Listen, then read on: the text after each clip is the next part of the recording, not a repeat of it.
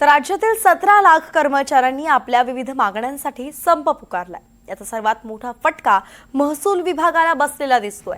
महसूल विभागामध्ये रोज ग्रामीण भागातून कित्येक किलोमीटरवरून आलेल्या नागरिकांना कर्मचारी कामावर नसल्यामुळे ताटकळत उभं राहावं लागतंय आणि या सर्व वृद्ध नागरिकांशी संवाद साधलाय आमचे प्रतिनिधी निलेश बंगाले यांनी।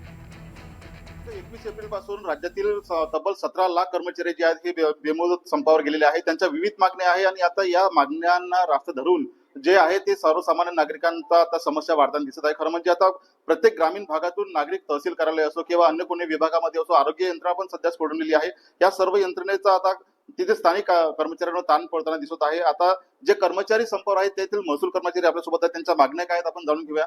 हा संप कशासाठी आहे?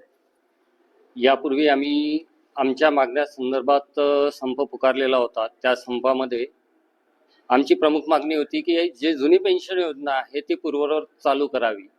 तत्कालीन मुख्यमंत्री यांनी त्यामध्ये विचारविनिमय करून एक सुधारित राष्ट्रीय निवृत्ती वेतन योजना लागू केली होती। त्याबाबत त्यांनी GR पण निर्गमित केला, पण त्या सुधारित निवृत्ती वेतन योजनेची अंमलबजावणीसाठी जी अधिसूचना आहे ती अद्याप निघालेली नाही।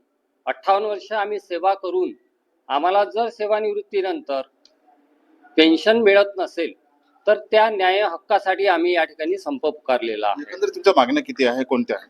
आमच्या 15 ते 16 मागण्या आहे। त्यापैकी प्रमुख मागणी मी आपणास मांडलेली आहे। दुसरी मागणी रिक्त पद तात्काळ भरण्यात यावी। तिसरी पद जे चतुर्थ श्रेणी कर्मचारी आहे यांची जे भरतीवरची बंदी आणलेली आहे ती उठवण्यात यावी। बरं, आता एकूण किती कर्मचारी तुमच्या संपामध्ये सहभागी झाले आहेत? आमचं पूर्ण स्टाफ संपात सहभागी आहे। आता महिलांचा जर विषय आपण घेतला तर तुमच्या काय मागण्या आहेत सरकारकडे? सरकारकडे ज्या मागण्या म्हणजे आम्ही संपाद्वारे दिलेल्या आहेत त्याच अशा स्पेसिफिक अशा महिलांच्या अशा मागण्या वेगळ्या नाहीयेत। आपण जर बघितलं तर 17 लाख कर्मचारी जे आहेत हे महाराष्ट्रातील आता संपावर गेलेले आहेत। याचा सर्वात मोठा फटका जो आहे तो महसूल विभागाला बसलेला आहे, कारण महसूल विभागाचे कामकाज आता ठप्प होताना दिसत आहे। ग्रामीण भागातील नागरिक जेव्हा तहसील कार्यालयामध्ये आपले कामकाज घेण्यासाठी येतात त्यांना तात्काळ तसंच बसावं लागतं। त्यामुळे एकंदरीत आता या सर्व विषयावर प्रशासन काय नेमकी भूमिका घेते हे पाहणे गरजेचं आहे। निलेश बंगाले, NDTV मराठी, वर्धा।